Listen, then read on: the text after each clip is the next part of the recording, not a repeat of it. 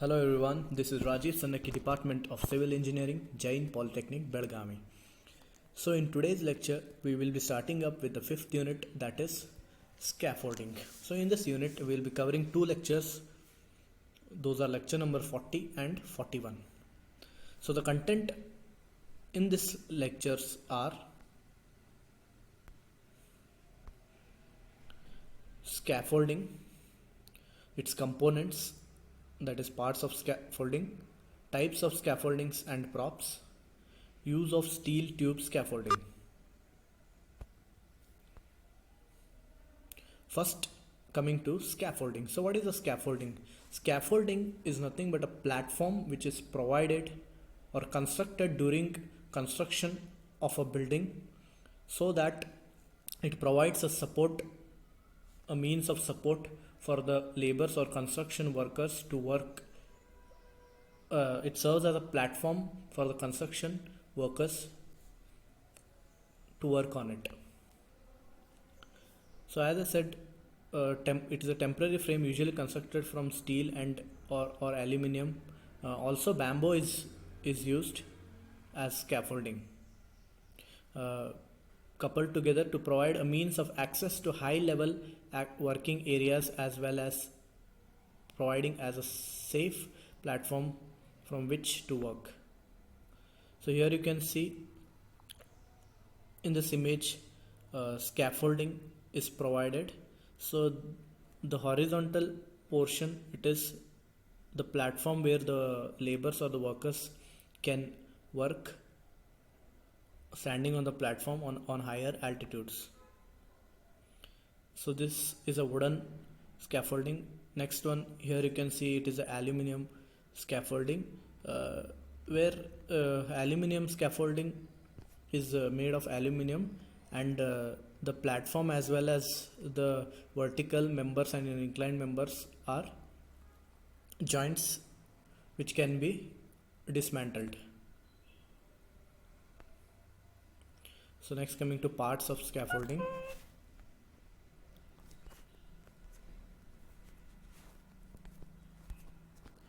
First one is standards. So standards are nothing but the vertical members to which different horizontal and diagonal components are attached. So here in this image you can see these are vertical members of framework and they are supported to the ground. Next, coming to ledgers. Ledgers, these are horizontal members parallel to the wall, which are parallel to the wall. They are rigidly connected to the standards either by rope or any other bolted connections. So these are ledgers. Next, coming to brace. These are the cross or diagonal pieces fixed on the standards to provide the stiffness to the scaffolding. After the vertical members are placed, the side support should be provided diagonally so that it provides stiffness to the scaffolding.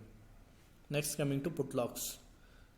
These are transverse piece and are replaced on the ledges and they are supported on the wall at one end. Raker, it is an inclined support. So in the next diagram you can understand what actually standards, putlocks, rakers are.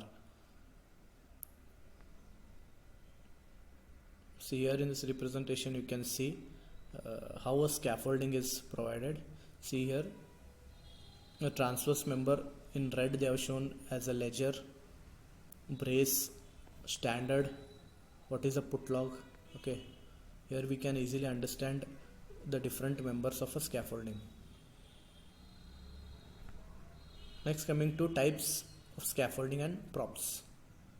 So the following types of scaffoldings are single, double, cantilever, suspended, trestle and steel scaffolding. So first, coming to single scaffolding. So in this image you can see a single platform is provided with putlocks, standards, etc. Such type of scaffolding is called a single. Double scaffolding, if in case the building is a high rise building, so it needs number of platforms. So there are two platforms which is called as double scaffolding, or also it is called as mason's scaffolding.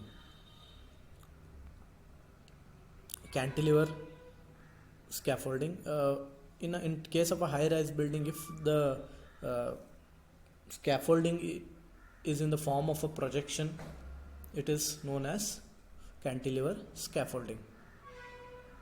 Suspended scaffolding, in the sense a platform where a platform which is tied with the help of the cables and is fixed on the top of the structure, and the workers work on a platform. Such scaffolding is known as suspended scaffolding. Use of steel tube scaffolding. So what is the use of steel tube scaffolding? So steel scaffolding is constructed by steel tubes which are fixed together by steel couplers or fittings. So it is easily fixed, and it can also easily be dismantled. Now what are the advantages of steel scaffolds? It is more durable than timber, has more fire resistant capacity, it is more suitable and safe at work at any height, it can be erected and dismantled more rapidly in comparison to timber scaffolding.